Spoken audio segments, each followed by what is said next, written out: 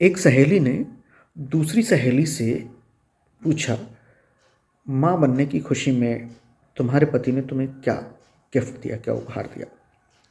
सहेली ने कहा, कुछ भी नहीं। उसने सवाल करते हुए पूछा, क्या ये अच्छी बात है? क्या उसकी नज़र में तुम्हारी कोई कीमत नहीं है? लफ्ज़ों का ये जहरीला बम गिरा करके सहेली चलती बनी। थोड़ी देर बाद शाम को जब उसका पति लौटा तो देखा कि पत्नी का मुंह लटका हुआ है।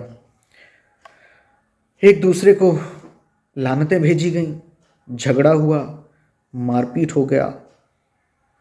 आखिर में पति पत्नी का तलाक हो गया। प्रॉब्लम कहाँ से शुरू हुई थी?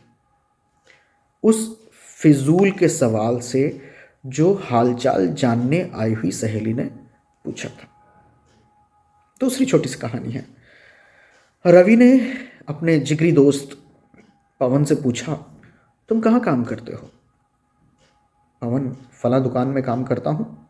कितनी तनख्वाह मिलती है? 18,000 रुपये महीना। रवि, बस 18,000 रुपये महीना?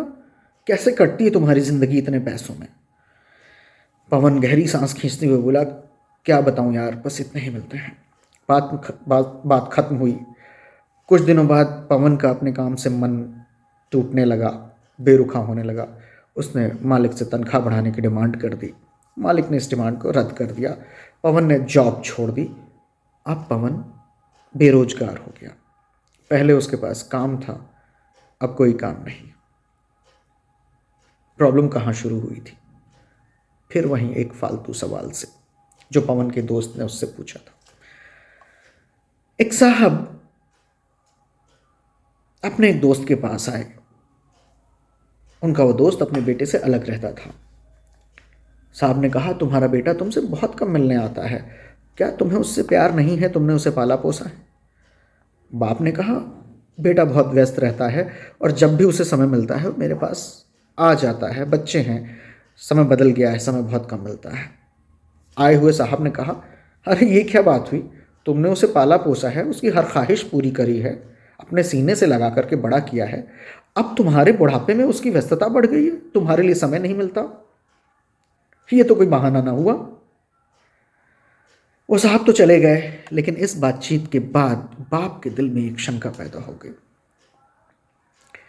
बेटा जब भी मिलने आता, बाप के दिमाग में यही चला करता कि बेटे के पास उसके लिए समय नहीं है, बाकी सबके लिए समय ही समय है।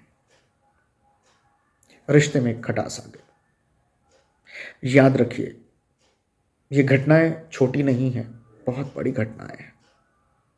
हमारी जुबान से निकले हुए शब्द दूसरे के ऊपर कितना गहरा असर डाल सकते हैं। बहुत सोच समझ करके बोलना चाहिए। हमारी रोजमर्रा की जिंदगी में कुछ ऐसे छोटे छोटे सवाल हैं जो किसी की जिंदगी को तबाह कर सकते हैं, तहस नहस कर सकते हैं। उनको पूछने से पहले 100 बार सोच लेना चाहिए। जैसे, तुमने ये क्यों नहीं खरीदा? लेना चाहिए था। ओह, तुम्हारे पास ये भी नहीं है? क्यों नहीं है? अच्छा, तो तुम इस शख्स के साथ पूरी जिंदगी कैसे गुजार सकती हो?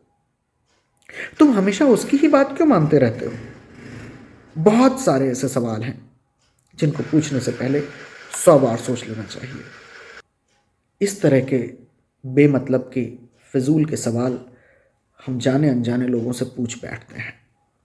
हमें भूल जाते हैं कि हमारे द्वारा कहे गए ये शब्द किसके अंदर कैसी नफरत या कैसी मोहब्बत का बीज बो रहे होंगे। आज हमारे समाज में हमारे चारों तरफ इर्द गिर्द न जाने कितनी टेंशन ऐसे ही फैली है, जिनकी जड़ों को अगर हम खोजने की कोशिश करें तो उन टेंशन्स के पीछे कुछ इसी तरीके की छोटी छोटी बेवकूफ़ी भरी बातें होती हैं। हम नहीं समझ पाते, नहीं जान पाते कि हमारे द्वारा छोड़े गए ये जुमले किसी की ज़िंदगी को कैसे बिगाड़ सकते हैं, तबाह कर सकते हैं। कोशिश करें कि अगर हम किसी की ज़िंदगी बना नहीं पा रहे हैं तो उसको बर्बाद भी ना करें। ऐसी हवा फैलाने वाले हम ना बने।